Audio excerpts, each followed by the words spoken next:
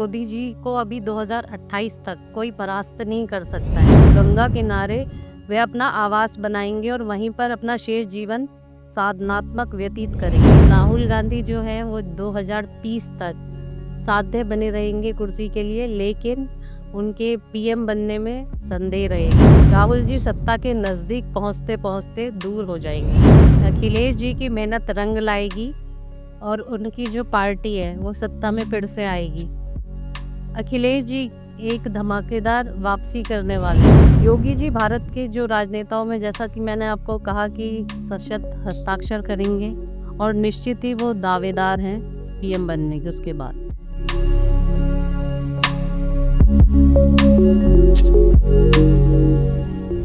नक्षत्रों की सैर करें, ग्रहों की चाल बताएं, ज्योतिषी वो जादूगर जो तकदीर समझाएं, तकदीर बताएं। तो तकदीर हर कोई जानना चाहता है कि उसकी तकदीर में लिखा क्या है। भगवान ने, अल्लाह ने ऊपर से लिख के भेजा क्या है।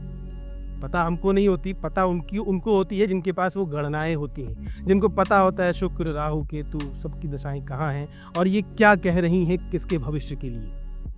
तो आज हम ऐसे लोगों का भविष्य जानेंगे जिनके बारे में पूरा देश जानना चाहता है कि आखिर पीएम मोदी की कुंडली में क्या लिखा है। राहुल गांधी कभी पीएम बन पाएंगे या नहीं, सोनिया गांधी का क्या होगा, कांग्रेस किधर जाएगी, मायावती के साथ क्या होने वाला है, दोबारा सत्ता में आने वाली है। बहुत सारे ऐसे हमारे सवाल हैं जिनका जवाब मशहूर ज्योतिषी अपर्णा शर्मा जी आज हमको देने वाली हैं। आपका स्वागत है। नमस्कार, धन्यवाद आपका। तो अपर्णा जी, मेरा पहला सवाल बहुत सिंपल सा है, जो देश के नहीं दुनिया के सबसे बड़े नेता बनते जा रहे हैं, प्रधानमंत्री मोदी से जुड़ा। प्रधानमंत्री मोदी जी के बारे में कहा गया कभी आज से 3-4 साल पहले कि मोदी जी 75 साल के होंगे तो रिटायरमेंट ले लेंगे। जी देखिए, उनकी जो कुंडली मुझे उपलब्ध हुई है उसके अकॉर्डिंग मोदी जी को अभी 2028 तक कोई परास्त नहीं कर सकता है। मोदी जी की ग्रह स्थिति ऐसी बनी हुई है कि 2028 के बाद ही मोदी जी संन्यास ले सकते हैं। तो मैं उनकी कुंडली बनाकर आपको बताती हूँ। मोदी जी की वृश्चिक लगन की कुंडली है और मोदी जी का जो जन्म राशि है वो भी वृश्चिक ही है।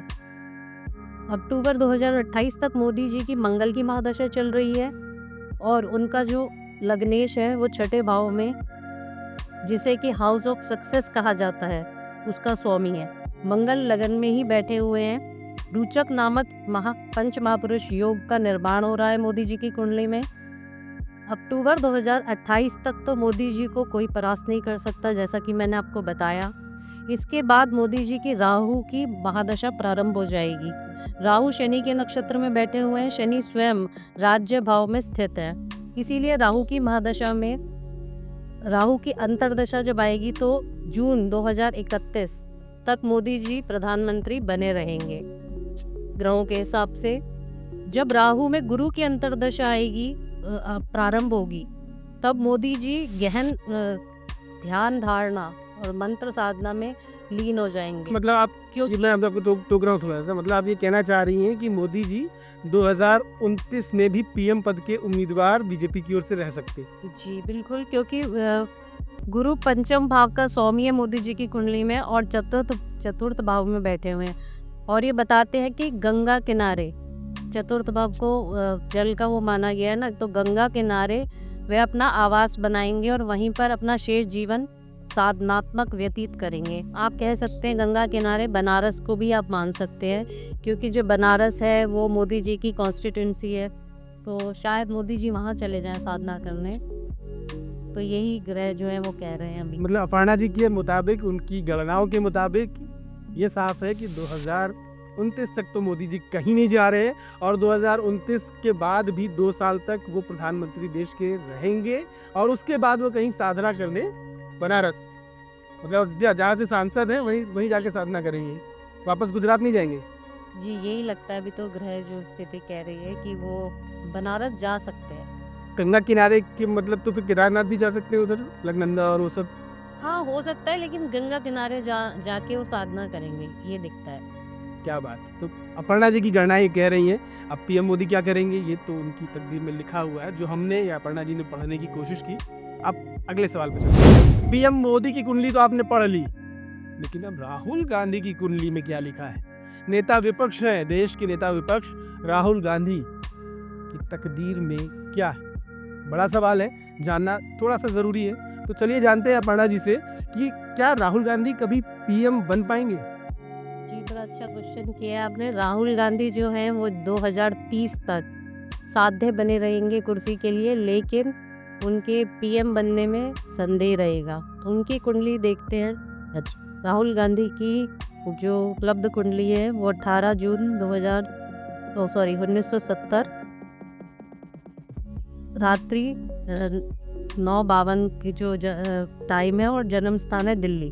उसके अनुसार मकर लगन और वृश्चिक राशि की कुंडली है। वर्तमान में मंगल की महादशा चल रही है राहुल गांधी की, जो मार्च 2030 तक चलेगी।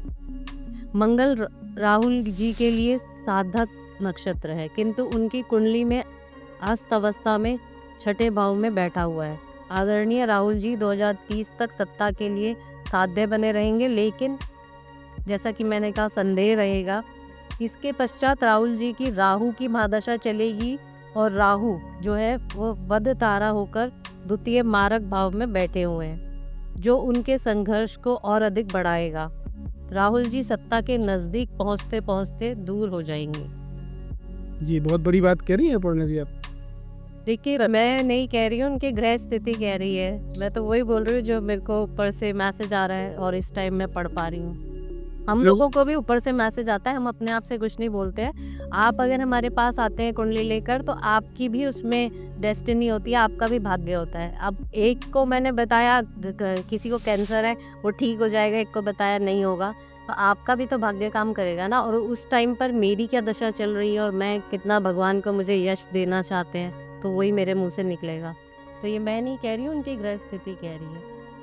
तो राहुल गांधी जी के लिए संघर्ष थोड़ा लंबा है, और कितना लंबा है ये तकदीर में लिखा नहीं है, मतलब मेहनत जारी रहेगी, ऐसा उनकी तकदीर या उनके ग्रह उनके नक्षत्र कह रहे हैं। तो लड़ाई मुश्किल है, सियासत बड़ी लंबी।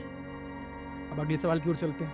राहुल गांधी हो गए, पीएम मोदी हो गए। अब अगला सवाल। पीएम मोदी और राहुल के बाद एक बड़ा सवाल उठता है कि भारत में सरकार बनाने की ताकत रखने वाला आरएसएस, जिसके 100 साल पूरे हो रहे हैं, 1925 में जिसका गठन हुआ था और 2025 में अपना वो 100वां साल मना रहा है। एक हिंदू संगठन जिसकी बहुत चर्चाएं होती हैं, जिस पर राहुल गांधी बहुत सारे आरोप लगाते हैं, बहुत सारे सवाल उठते हैं और मोहन भागवत उनका जवाब बड़ी आराम से करीने से देते हैं। क्या वो संगठन भारत से बाहर निकलकर दुनिया में एक मजबूत आधार बना पाएगा या सिमटेगा?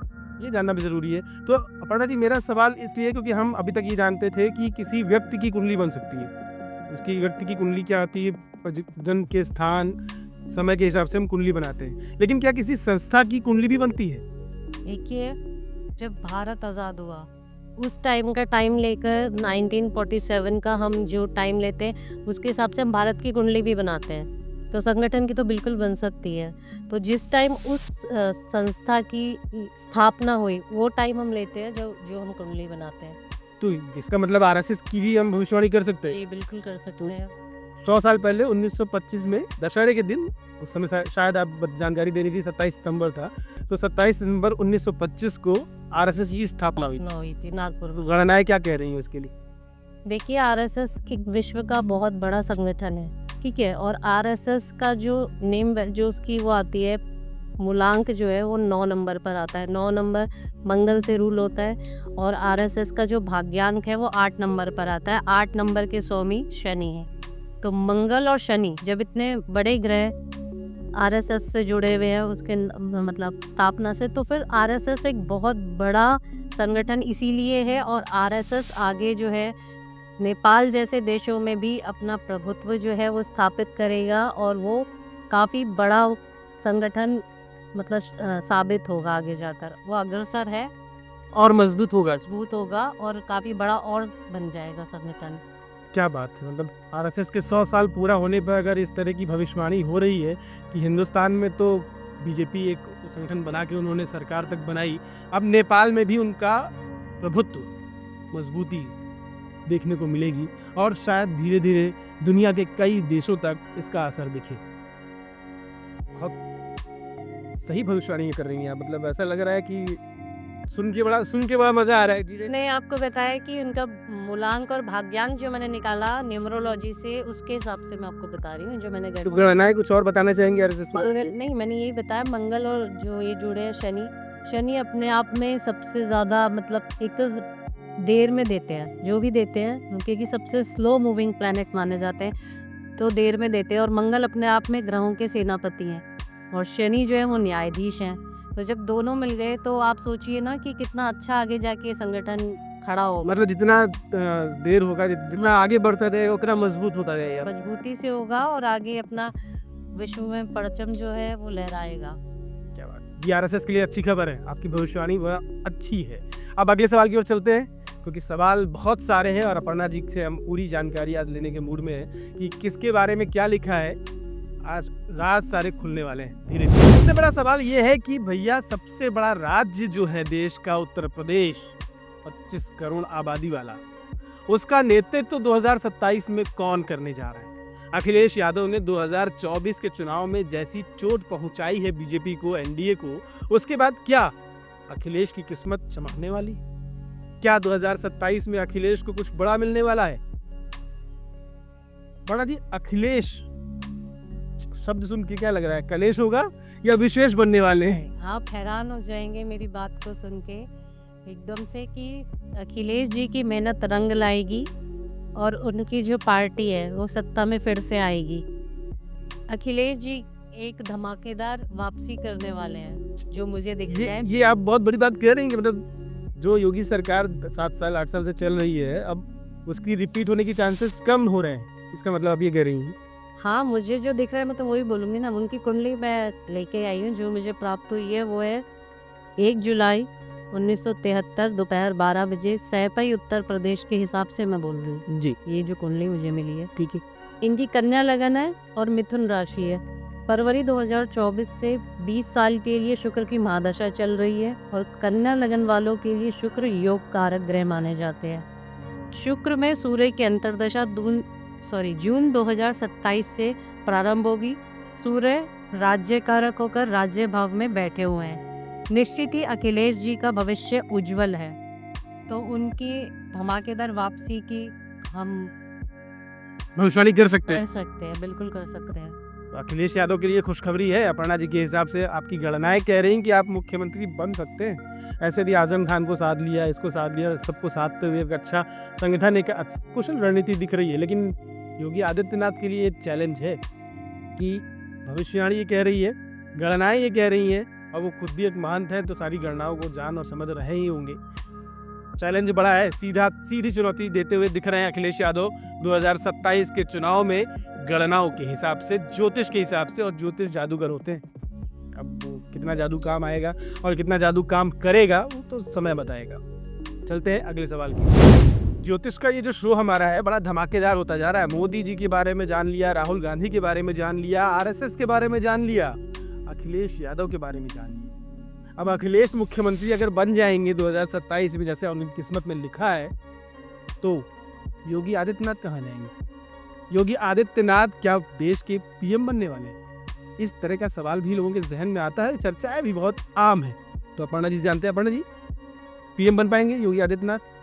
ये बहुत महत्वपूर्ण प्रश्न है क्योंकि सबकी जो निगाहें हैं वो इस टाइम पर अगला दावेदार उन्हीं को मान रही हैं, योगी आदित्यनाथ जी को। बिल्कुल आदित्यनाथ जी जो हैं वो सशक्त होकर राजनेताओं के इस पर हस्ताक्षर करेंगे और 2030 के बाद पॉसिबिलिटीज़ बन रही हैं कि वो बन सकते हैं PM। बिल्कुल, एक मिनट मैं उनकी कुंडली खोल लेती हूँ।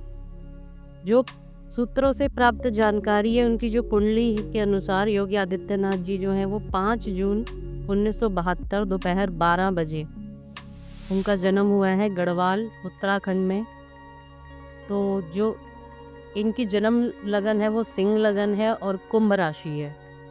वास्तव में देखा जाए तो सिंह लगन वाले शासन करने के लिए ही पैदा होते हैं। सिंह मतलब शेर को कहा जाता है और शेर जो है वो जंगल का राजा होता है। ये कहा जाता है कि वो वहाँ पर शासन करता है, तो उसी तरह से सिंह वाले जो है वो शासन करने के लिए पैदा होते हैं।